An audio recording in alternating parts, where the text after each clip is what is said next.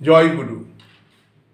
আমি অমিত রায় আবার এসেছি আপনাদের সামনে ইউটিউব চ্যানেল ঈশ্বরের পথের পক্ষ থেকে আজকের গল্প নিয়ে। একজন ভগবানে বিশ্বাসী মানুষ, তিনি নাপিতের দোকানে গিয়েছিলেন চুল কাটতে। আর এই প্রসঙ্গে একটা বলে রাখি, এই গল্পেই নাপিতের কথাটা আসছে। এই গল্পটা অন্যভাবে নেবেন না, এটা একটা গল্প। কোনো বিশেষ পেশার মানুষকে ছোট বা বড় করার জন্য এই গল্পটা বলা হচ্ছে না, এটা একটু দয়া করে মাথায় রাখবেন। তো সেই মানুষটি এসেছেন চুল কাটতে। চুল কাটতে কাটতে নাপিতের সঙ্গে তার কথাবার্তা হচ্ছে এবং তিনি আবিষ্কার করলেন যে নাপিতটি একেবারেই নাস্তিক, সে ভগবানকে বিশ্বাসই করে না। তা তিনি বললেন, কেন তুমি ভগবানকে বিশ্বাস করো না কেন? নাপিত বলল, ভগবান আছে নাকি?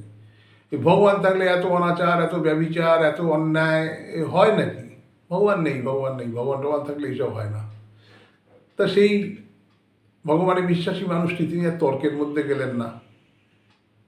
তিনি চুপ করেই রইলেন। তার চুল কাটা হচ্ছে। হঠাৎ তিনি দেখলেন রাস্তা দিয়ে অনেক মানুষ যাচ্ছে, তাদের কয়েকজনের চুল বেশ অবিন্যস্ত, বড় বড় কাঁধ ছাপানো চুল।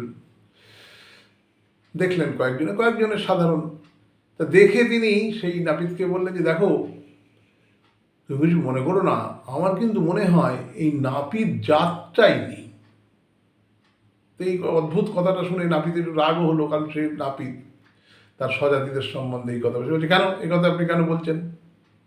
তবে তুমি তাকিয়ে দেখো, রাস্তা দিয়ে দেখো কত অবিন্যস্ত চুল, কাঁধ ঝোলা, মানে কাঁধ ছাড়িয়ে গেছে, চুল লম্বা হয়ে চুলে জটাত পাকিয়ে গেছে প্রায়, এরকম একটা অবস্থায় কত লোক ঘুরে বেড়াচ্ছে। নাপিত যদি থাকতো, নাপিত জাতটা, নাপিত পেশাটা যদি থাকতো, তাহলে কি এটা সম্ভব হতো? এ তো কিছুতেই হতো না।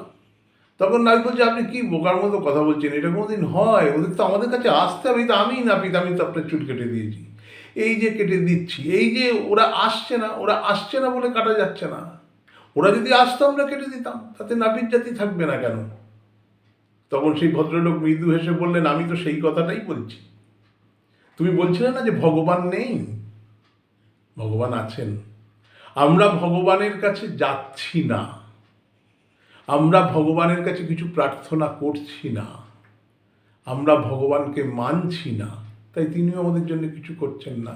কিন্তু আমরা যদি তাকে মন প্রাণ এক করে ডাকতে পারি, আমরা যদি নিষ্কামভাবে তাকে ডাকতে পারি, কামনা রহিত হয়ে যদি তাকে ডাকতে পারি, তাহলে অবশ্যই তিনি আসবেন, আমাদের কথা শুনবেন এবং আমাদেরকে সেই পথে চলতে নির্দেশ দেবেন, যে পথ আমাদের সবচাইতে আকাঙ্ক্ষিত।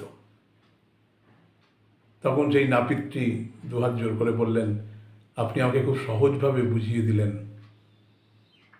আমি ঠাকুরে বিশ্বাস করতাম না, কিন্তু আজ আমি বিশ্বাস করতে বাধ্য যে ভগবান আছেন। তাকে যদি কায় মনোবাক্যে যদি তার কাছে কিছু প্রার্থনা করা যায়, তাকে যদি পরিপূর্ণরূপে বিশ্বাস করা যায়, শর্তবিহীনভাবে বিশ্বাস করা যায়, তাহলে অবশ্যই তিনি আমাদের সমস্ত প্রার্থনা পূরণ করেন। আপনাকে আমার নমস্কার। আজকের গল্প এখানেই শেষ করলাম। আশা করি গল্পটা ভালো লাগলো। জয় গুরু।